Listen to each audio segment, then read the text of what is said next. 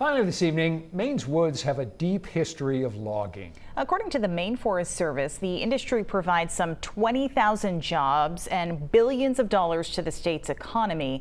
That heritage and backbreaking work is honored through lumberjack competitions all over the world. Competitions that Alyssa Weatherby has won 3 separate times and that inspired her to start up the Axe Women.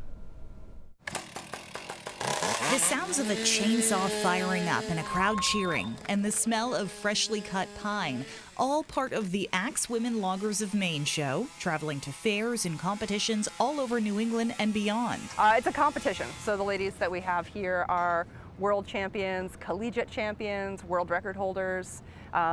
It's not a scripted show at all. It's a race to chop, saw, and toss as quickly and as accurately as possible. An ode to the work done by hand by loggers before them. It's a sport that grew from an actual job in the woods. We're chopping logs because that's how they used to do it, to bring manageable sized logs out of the forest.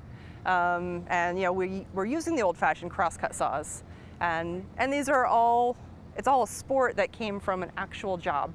So there's so much history involved in this. Alyssa Weatherby started the Axe Women in Maine. It's since grown to include more than 40 teammates in other parts of the country, even world. We have law enforcement, we have doctors, we have lawyers, we have scientists, we have veterinarians. Spending time with women who are strong and competitive and who also support each other in a sport is just, it's really incredible. When Ashley and Hannah Severy joined the team, neither one was expecting just how much that support would stem into their lives.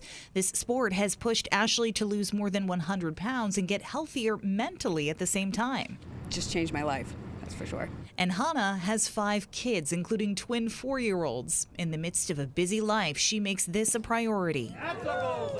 When your kids watch you do this, what do you hope they take from that? I hope they see, I don't know, I don't want to cry. I want them to see that they can be empowered and find something that they love and, don't stop.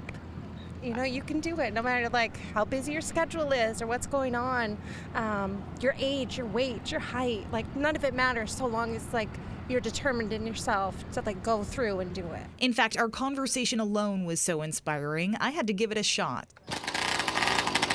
And they're right. There certainly is something empowering about using tools with purpose and a bit of fun. The sport is growing for women, despite women having a part in it decades ago as lumberjills. So here in the U.S., we had our Rosie the Riveter. So, she was the lady that went in and built airplanes. In a lot of other countries and also here in the U.S., we had the whole forestry aspect. All of those men went to war and the ladies stepped up and they went out because we still needed to be providing all of that timber for the war effort, if nothing else. Yet until last year, after a campaign sparked by Alyssa, you couldn't find lumberjill in the Oxford Dictionary. She's still pushing for Merriam-Webster to add the term, widely used in both world wars.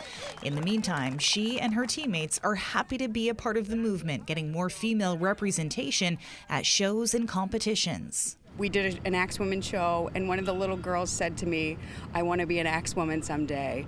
And I thought I was going to cry on the spot. That was one of the best moments I've had competing ever. One of my favorite stories in a really long time. To find a schedule of their upcoming events, by the way, head to our website or News Center Maine app and click on this story. You look pretty comfortable handling a chainsaw also. Turner girl. Yeah. She has thrown axes too before in the past. Yeah. So don't mess with her, Keith. Yeah. Usually my face is in the background when she does that.